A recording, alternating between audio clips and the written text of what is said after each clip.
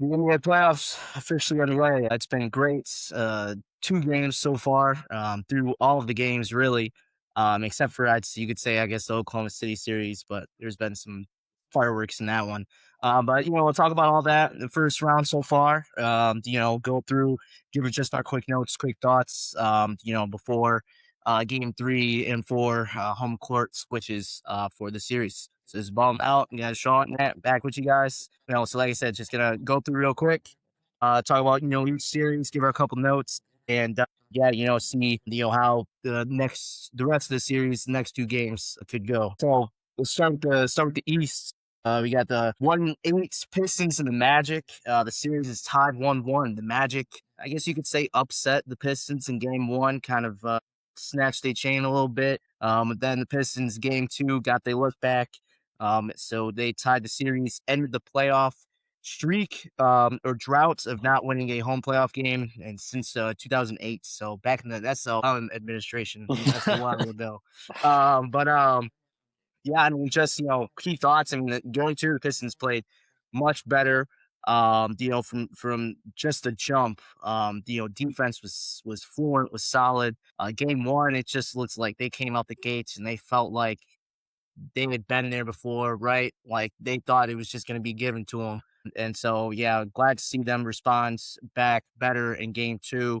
That third quarter run, 30-3 to start the third quarter after the game was tied at halftime. Essentially, gave the Pistons, put them in the driver's seat, and that was that. So they were able to tie the series before it flips to Orlando. Let me get just you guys' thoughts about that series right there. Yeah, I mean, we were at the game there. It was nice seeing the game in action there. But my goodness, we looked we just didn't look right. Cade obviously was trying to do his thing a little bit. Kind of looked like he was trying to do almost like too much for the offense there. We didn't have like any flow. Nothing was really connecting there. But even then, like we were able to like put together a string of baskets there. But it didn't matter because the Magic would always have an answer. PB No J had his J working. That was on. He put the J on there. Um, and then I mean Desmond Bain, he's been something else. Him and Suggs, like the supporting cast. I mean for the Magic, they have looked pretty good. There's no doubt about that. One thing I'll just say for the Pistons really is we need to rebound the ball a little bit better. I just thought even in moments of game 2, really more the first half of game 2, we kind of looked a little similar in that fashion, but definitely cleaned that up in the second half. And you could tell, like you mentioned, with that. I think we went 36-6 total or something like that, or whatever it felt like for a good while there in the thirds. Extremely promising to see that, and hopefully it's something you can continue to build on because a couple guys for me in the Pistons, like Jalen Duren, has to step up. That's one guy for me that um, he just has to simply have a better game. He's got to contain some of the big men down there because Wendell Carter did whatever he wanted to game 1. That can't happen. So good to see we changed that up game 2 and kind of put BTA to him. Yeah, for sure. That second half of game 2 was not pretty for Orlando. I mean, Sean, you were at game 1.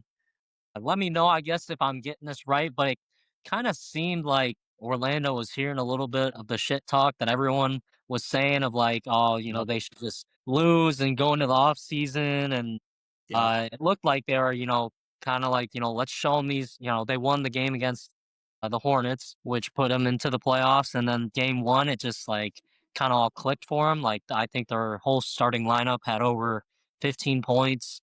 Didn't seem like watching the game, it seemed like they were making damn near every shot, but then I was looking at the box score and they didn't really shoot that great from 3, but it was just like they were making very timely baskets. Whenever we would make one, it was like we couldn't really get a stop. So that was kind of like the thing that I noticed from game 1. I agree. I think the rebounding, mainly from like Duran and some of those other guys, just wasn't there in game 1. But then game 2, it just kind of seemed like they locked in a lot more on defense. They had a lot more steals and blocks, and it was just the energy was a lot higher on both ends of the floor. But it was good to see, too, Cade being able to pass the ball a lot more and get those assists in game 2. Just getting more guys involved on the offensive end definitely helped kind of get that rhythm going. And I think that third quarter kind of just showed that, we can still win this series pretty handily, I think. It just depends on how we start the game and making sure that they don't feel like they can,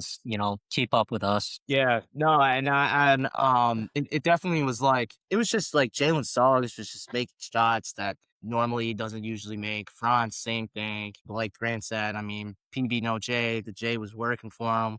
Uh, so and it just seems like some of the rotations that JB Biggerstaff was having was kind of mixed up. I'm still would like to see how Dennis does in the rest of the series, but I do have a feeling that his minutes may have to decrease or him just not enter in this series anyway because on the defensive end he isn't doing much, but on the offensive end he isn't doing much either.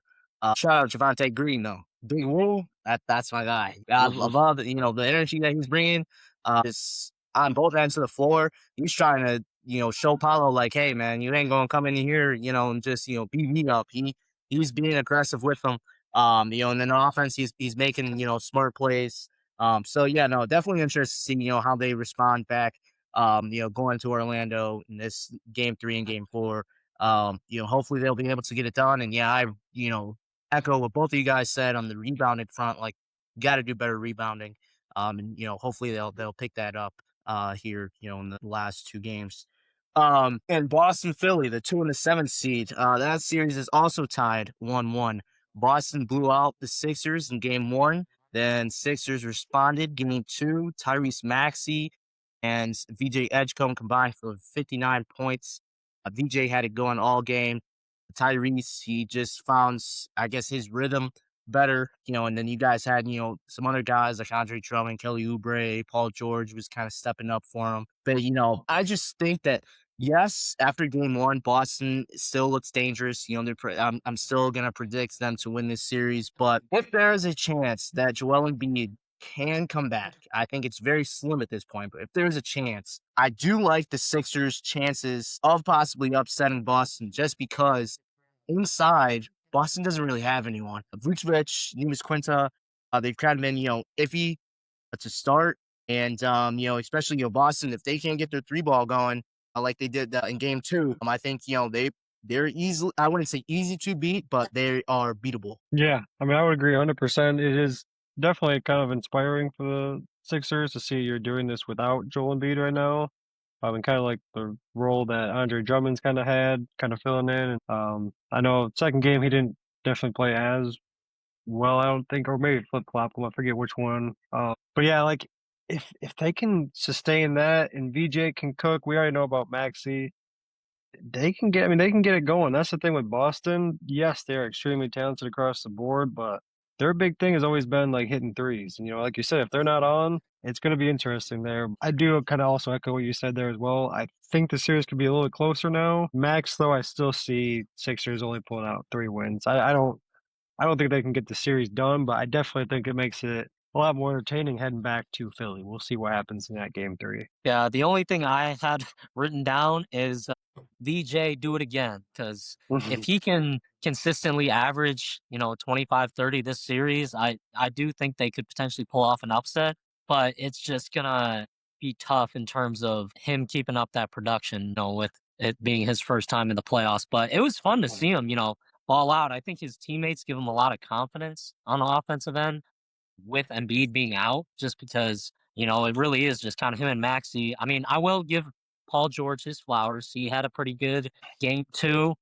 It was a little reminiscent of, when he was younger. He's kind of, but at the same time, there is some things with Philly where I just don't know if they can keep up. But I do like that they've evened the series. I think this was one that most people didn't really think they could even get a game. So just being able to see that they're fighting back is impressive. Yeah, yeah. Yeah, we gotta get through this because I just saw a couple alerts that over in the West that happens. So that I think you guys will be, pretty glad on. But yeah, no, I would echo it. I think Boston still is gonna, come away with the series. But, I would be worried if I'm a Celtics fan, for whoever comes out of this next series. the Knicks and the Hawks. This one is a dogfight. I can't lie. This series is also tied 1-1. The Hawks, they came back in two. Yeah, I think they were down by like double digits in the fourth quarter. CJ McCollum is the villain. I'm loving it, man. We needed a villain. And so the Knicks, see, I feel like it's the same thing as last postseason. I feel like they get too comfortable at times, and just like feel like that they're controlling the game the whole game, and then it's just like an 8-minute spurt where they just kind of like lose it all and let the opponent get back into it. But yeah, CJ McCollum, great game in game two. Jalen Johnson, I'd like to see him do a little bit more, but I mean, he's getting thrown bodies at him like crazy. And then Nate, I know you said something about Cat. I'm still waiting to see that dominant Cat that I think everyone's waiting to see, for him to come out and kind of, put his print on the game. Because really, it's just been Brunson for the Knicks, and I know OG and Josh Hart have contributed in some ways, but still waiting for Cat to, do some things and try to, right the ship for the Knicks. But I like this series. I think I came in my predictions and said that the Hawks can give the Knicks a fight. I still like it. And, heading to Atlanta for game 3 and 4, I still think they can. But it'll be interesting to see what happens. I think this game 3 is important for both teams, in this series to see, who can kind of gain some momentum into game 4. Yeah, I would agree 100%. And exactly Nate's point.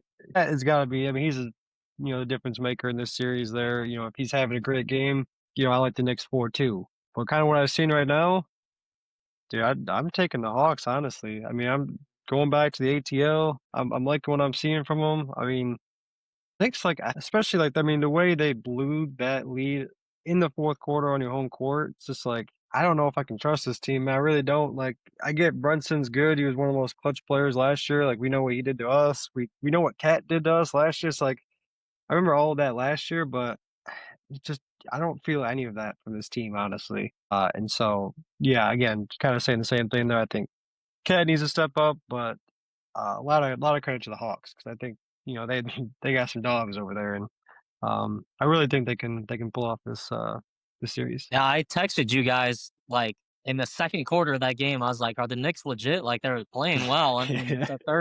the fourth quarter roll around, and it's like, "Oh no, they're not No not sir, legit." no sir. The only thing that I kind of noticed is that like the Knicks defense, they don't know if they're switching half the time or staying with their man. Like they're just kind of like standing still half the time. And you would think by playoff time they would kind of have that down already to know what their defensive plan is going to be. But it was not. I mean, CJ was getting to the basket easily. They were switching multiple different guys on him, and he was still just cooking them. But it's one of those things where Mike Brown's got to be better in knowing what lineups he's putting out there too, because there was times where Brunson and Cat weren't playing, and there was no offense when they were both off the floor, along with no really good rim protection. Because I mean, as much as Mitchell Robinson has been good this year, he really hasn't done much this series, and I don't think he's obviously going to change the series just by his defense if they can't score at all. So it really is a good series so far. I also wrote down here like, did ATL potentially win the trade of getting rid of Trae Young? I know he was like their guy for so long, but people were viewing it as like a salary dump for Washington, just getting rid of CJ, and now he's stepped into being potentially their number one guy on offense for this series. So it is a little concerning if I'm a Knicks fan just because of some of the rotations they have out there and also their defense. But if they, can do what they did last year and kind of regroup and go into Atlanta and pull off, a win or two, that would really help them a lot because they cannot win a series if they play like how they did in game 2. Yeah, agreed. Yeah, I would say, just last thing on that, I think if the Knicks do end up losing this series, I think Brown might be on the hot seat, and a lot of more is coming for the New York Knicks in that core. I think there will be some major changes. Especially with the expectations that they had of championship or bust this season. So last series in the East, we got the Cavs and the Raptors. This series, the Cavs are leading 2-0. They've got both games at home. I mean, I'm not yet quite hopping on the Cavs Eastern Conference Finals train. Not yet. I'd like to see game 3 and 4, but I will say the way that they are playing, not only offensively but defensively. I have to shout it out. And then for Toronto, like Brandon Ingram, is not looking like himself. Nate, I know you said something about Scotty Barnes. Scotty Barnes, where is he at? And the absence of Emmanuel Quigley, I think, is hurting the Raptors just a little bit here. Yeah, they have no identity right now, and yeah, I will give kudos to the Cavs. I mean, they have looked pretty good. James Harden at the moment is looking pretty solid right now. I honestly don't have a ton of notes from this. I was just honestly a little disappointed from the Raptors side of things. I thought they could get a couple games, and honestly, I don't even know if they get one now at this point. I could see a clean sweep coming here for the Cavs, but yeah, shout out James Harden. He been hooping. I agree with that. The only thing I wrote in here is that Cleveland, their big three is looking like it's going to be a little too much for Toronto. Shout out Max Strus. He had a good game one coming off the bench. I think he had like 20 or 22 points, which always helps when, you got a guy like that who can bust off a couple threes. But for Toronto, yeah, I wrote Ingram cannot do this. There wasn't really any, but like shooting 3 for 15 or whatever he did, like, I don't know what got into him. Obviously, he's not playing well at all, but they're not going to win a game if he plays like that and if the rest of their, players are just kind of half-assing it out there. At this point, yeah, I said this was going to be one of the more intriguing series. I hand up that because that was wrong. Toronto's probably going to get swept. I don't really want to watch them play anymore just because they haven't shown any fight, and you might as well just pencil them down for the off season. Going to Cancun. Yeah, I think it might be wraps. I think Game 3 will definitely be pretty much the series here. For that series. So yeah, that's the East. Then on to the West. So the West. I mean, this first series, OKC and Phoenix. I don't have much. All I have written down is wrap it up and wrap it up. It's pretty much it. I would say one thing though, getting to Phoenix, they're having a chance to get in the game, but like Devin Booker's being taken away. Jalen Green, no show. Dylan Brooks is doing out there being Dylan Brooks. But for OKC, and this is more of we'll talk more of it for sure, once the series is done. But Jalen Williams, that injury, the hamstring, I think is going to be important, I'd say. They're good. They're still good without him, and they've proven it all season long because, he's missed so much time this year. But I do think that during the postseason, he is needed, especially for you're coming into possibly a Lakers team that is getting better, I would say, getting their best two players back. So, definitely something to watch out for the Thunder. But yeah, this first round series, wrap it up. I would be surprised if this series goes past Game 4 in Phoenix. Yeah, I mean, I would agree. The one key takeaway I had was just like, I think they're just too good for them. I mean, they're just simply like playing a different level. I mean, there's not much to it. Dylan the villain could drop 30 and they still getting the ass whooped. So it's like at the end of the day, like you mentioned, perfectly said. Just wrap it up. Let's move on. Because yeah, the J-Dub injury, I mean, that's gonna be, serious moving on there. I mean, who knows, like you mentioned, when the Lakers are gonna get, all their guys back, if they make it, of course, if they were to do that, it's like it's not the easiest matchup there for the Thunder, who I will say do look really good. Not taking anything away from that, just going up against I just think a better team in general than the Suns. I I think if J-Dub is probably done for the series, just, sit him out until round 2, but if that's a lingering thing, it seems like these hamstring injuries have been popping up more and more, like, just, with Luka and some other guys during the season, so you gotta be careful with those just in case it kinda lingers for him, but I do wanna see how they play without him in this next game. Maybe Phoenix sees a little bit of a weakness now, and they could try to capitalize on something like that, but at this point, it does kinda seem like OKC is all around just way better for sure. Yeah. Yeah. Like I said, well, that J Dub thing is definitely, and I agree. Sit him for this series. There's no need for him to come back. You win this game 5 at worst, but this series. But yeah, just let him sit until the second round, rest him up. Let the other J-Dub go off. Let J Will drop 30 now. He was doing it all. Yeah, facts. So yeah, no, interested to see how that will kind of play out for the Thunder, but I think most Thunder fans and NBA fans are not worried. about OKC winning that series.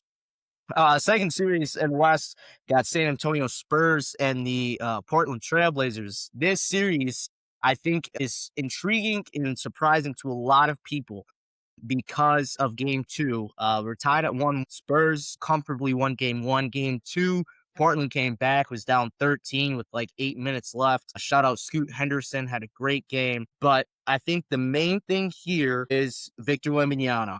If Victor Wembanyama is out for game three, it sounds like game four he's going to come back. But game three, he is kind of like on the fringe right now because he's in concussion protocol. But not gonna lie, I like Portland's chances of possibly stealing a game. And they had moments in game two where they were up, when Wemby was playing.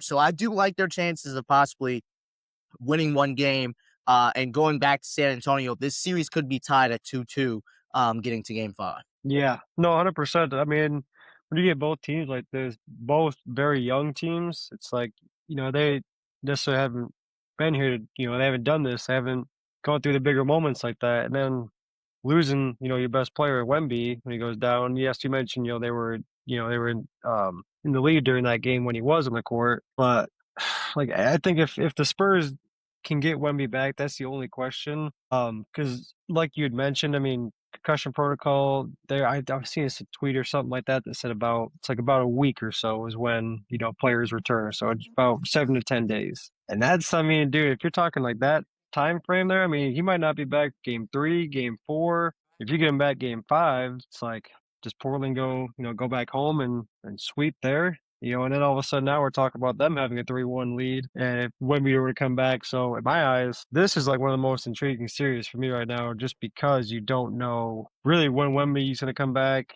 And at the moment, these two teams look pretty even without Wemby there. And so it's, I mean, again, I know it's, 2-7, two lost their best player, but at the end of the day, that's a big upset there. That could definitely change some things up, because I know we had been talking about, for a long time now that OKC and, San Antonio is probably going to be that conference finals matchups. How does that change? And obviously, hopefully, Wemby comes back healthy. Obviously, we all want to see him out there. But like you said, just real quick, I do want to give a shout out to the whole entire Blazers team there. They've just been playing good. Like they're actually fun to watch. I mean, they're not no diss to Shea and all them, but it's not fun watching the Thunder at times. I mean, sometimes I got Chet Holmgren foul baiting on a 6-footer. I'm watching that. It's like, dude, we're really doing this right now. So I don't know. It's fun. I will say the Blazers are just they're a fun team to watch, and I think this will be a really, really exciting finish to the series. I agree with that. What you said too, Sean, like Scoot Henderson having that 30 ball in game two, it made me think about when him and Wemby were about to get drafted. Is like, who is actually the better player? Is Scoot gonna be a better player than Wemby? Obviously, now Wemby is, I think, surpassed him by quite a amount, but him getting hurt too just kind of sucks, just because we saw how good he was in game one, dropping 35, having 5 threes. He's shooting fadeaway threes in the corner and stuff like that. So I'm hoping he can come back as quickly as possible. But yeah, this Portland team, like you guys said, they're no joke right now.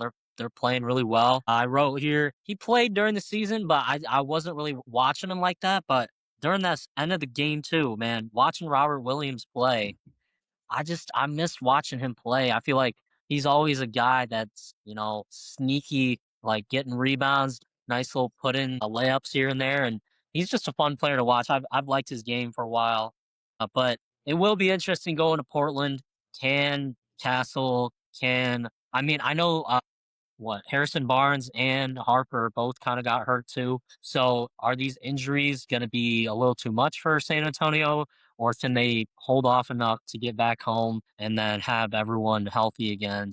It's probably, these West games are, it's definitely a little bit more intriguing right now in terms of narrative, I think, for both teams. Yeah, yeah, I agree. And last note on this series, just you see him on the sideline, you see him on the bench right there, and you're like, how much different would this series be if Dame was playing?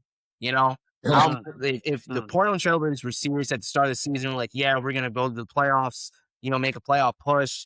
Could Dame have like ramped himself up a little bit more, got ready for the playoffs? Couldn't possibly be back, for either game three or four.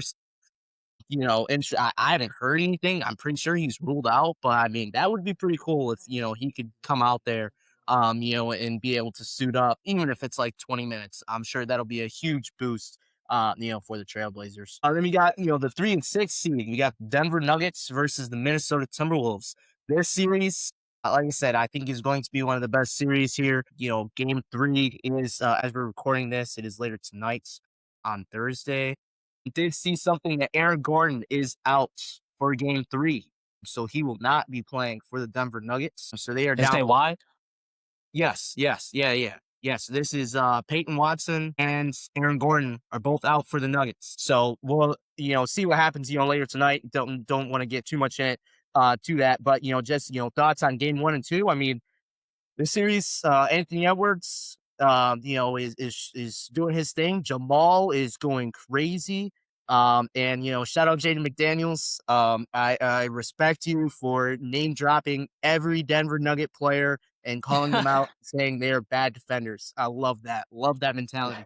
Hope you don't get cooked in the rest of the series, because if you do, that is going to go viral. But yeah, no. Shout out Jaden McDaniels.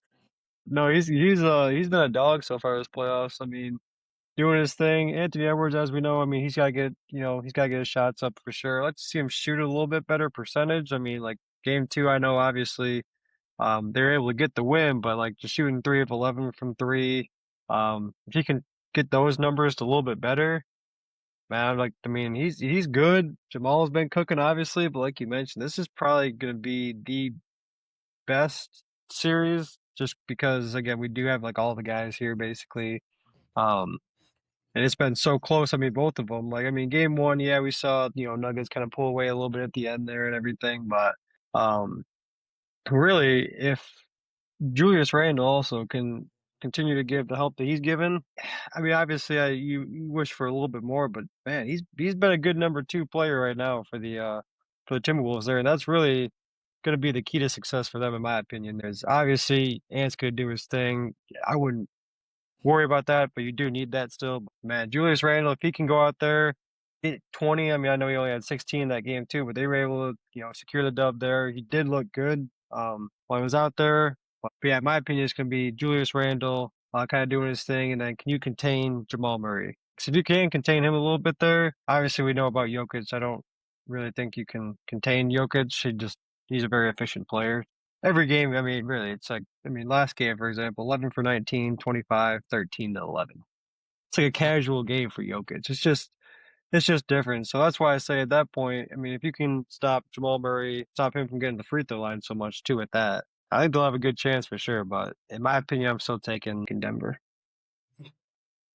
What I had written down for game one is Jokic and Murray were looking dominant. I think Jokic had an easy triple double by like near midpoint of the fourth quarter. And then for game two, I just have that Ant has to stay aggressive. He looked, I know he's kind of dealing like with this little lingering knee injury, but if he can stay aggressive like how he was, trying to get to the basket still and make his shots, I don't see why this can't go 6 or 7 games. And then for the end of game two, like Rudy, I know I said he was getting cooked mostly all the time by Jokic, but he was locking in a little bit defensively on him. There was that play at the end where Jokic had like a little floater and then he passed it up, and then that kind of led to them not being able to close it out. So maybe Rudy is kind of the key for Minnesota defensively, because I think when Jokic is being guarded by anyone else, it does kind of seem like he has a lot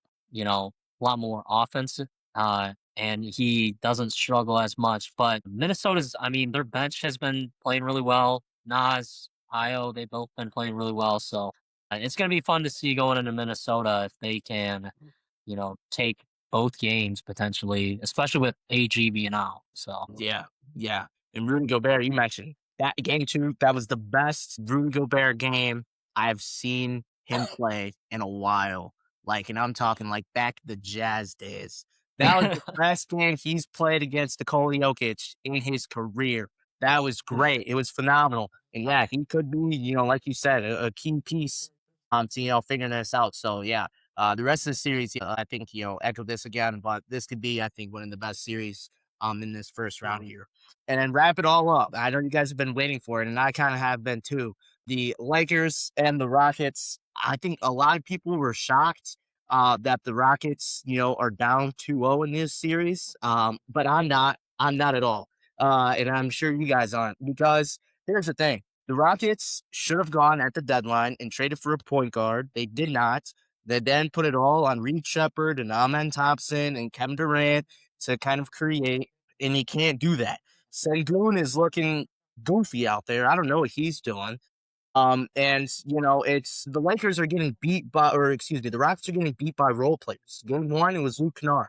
Game two, it was Marcus Smart, Rui Hachimura. And then you got LeBron. And so now I don't know if you guys saw it, but game three, Austin Reeves is now questionable. So that could be, a big thing for the Lakers here. The Lakers could wrap this up in 4 games. I said 7, but I mean, it could be wrapped up in 4 games the way that the Rockets are playing. So yeah, I mean, it's just I don't know what Houston has to do. I can tell that Ime is kind of missing Fred out there a lot, a true point guard for this system for the playoffs. Hopefully their narrative switches for them in these 2 home games. But right now, Houston and Kevin Durant are looking sad. And again, Kevin Durant has not won a playoff series since 2023. Yeah. Wow. Yeah. I mean, based kind of what you were saying though, like Ali didn't go after a point guard and stuff. It's kind of like when you build like a 2K roster and like it's like, oh yeah, we got Kevin Durant. Like, sure, I'll just put him at point guard. Who cares? I'll just shoot with them or whatever. It's like that's just not how it works in the NBA. You gotta have someone that's actually a true point guard that knows kind of what they're doing. Get guys involved. And obviously, I know. Kevin can do it, but yeah, it's like playoffs are just different right now. They just, they haven't adjusted well, and I'll say, definitely a lot of kudos to the Lakers supporting cast. Like, just balling out, honestly. Like, it's like, I mean, yes, LeBron's had a couple good games, no doubt about that, but really it is like the other guy stepping up and actually getting him some help there. And I mean, realizing, hey, man's 41 years old. He can't do it all, but my goodness, Marcus Smart, if you're going to hit 5, 6, 7, 8, I don't know how many we want to hit next game. We'll figure it out. Just keep it going. Yeah. Just keep shooting it. I mean, it was like the weirdest thing, saying, oh yeah, Marcus Smart, like shoot that thing. So it was just like, yeah. So that was, I mean, definitely like I didn't see that coming. I still had Lakers in 7 in this series, but it's like, man, if you get those guys cooking like that, and you're telling me that AR, like you mentioned, might be coming back. Luka, we know is, I mean, I think he's coming back. I mean, I don't know if the Lakers wrap this up, then that gives Luka plenty of time to come back. And then you're looking at an OKC series where he could be pretty close to 100%. So at that point, that changes everything. So yeah, exactly. So that's the thing. I mean, Lakers do look good as a team right now, and it's even more exciting that they're getting 2 of their key guys back as well to add into that lineup. So yeah, really liking where they're at, but if you're them, like you can't drop the 2. You gotta get 1 still on the road here. If you can do that, we're chilling. But like it's not over. Like it's definitely like I know like everyone keeps saying like, oh, it's like 2 games there, like this could be wraps. I'm not ready to say like all that. Yeah, I don't think it's necessarily like that. I think we're still gonna see, a different version of Kevin come out. I think because I mean second half he was looking, I mean, he just looked fatigued. He just didn't look like himself. Like everything was just so off. I think they'll come back with a little bit of energy, going back home at that too. So you get get you guys fired up, get the home crowd behind you. But yeah, I still am gonna stick with my original Lakers and 7. This is another series where I gotta kind of eat my words. I think I said like Rockets in 5 or something like that, but I should have never doubted our king, our GOAT. 41, 35, 48. It doesn't matter how old he is. He's going to get it done in the playoffs. The one thing that I noticed too is like in game 2 specifically, the Lakers were doing a really good job they weren't fully double teaming KD, but they were kind of doing like this slight hedge whenever he would either go left or right or look to pass. And I think this is one of the first teams that I can think of that KD's been on where you could actually double team him without having to worry about all these other shooters around him. And the Rockets, yeah, they just don't really have anyone who can consistently knock down a jumper right now. Reed Shepherd hasn't really shown up in any way off the bench. Amen, I don't think he's going to all of a sudden find a jump shot. And Goon just kind of looks timid sometimes in terms of like his decision making. Yeah, KD, I mean, his burner might be right. Like he might be with a bunch of sorry players. Oh, I don't really know what to think about the Rockets right now because of how they're playing offensively. I think, like you said, Grant, they're gonna have that home court advantage. The fans are gonna hype them up a little bit more. But can they make shots down the stretch and not, leave, a guy like Marcus Smart or Kennard out of all people and, maybe force it more to LeBron, maybe have him try to do more down the stretch because LeBron is, they've been sending double teams to him too in game two a lot, but he was finding every open man, it was seeming like. So the other thing with that I saw, I mean, Katie had like what 9 turnovers, and I think that Yeah. defensive pressure was definitely getting to him in a way that he just hasn't seen all season. So it's gonna be something that they're definitely gonna have to figure out. I don't really know if Ime is gonna change up the rotations of the lineups at all, but you gotta figure something out quickly if you don't want to get swept.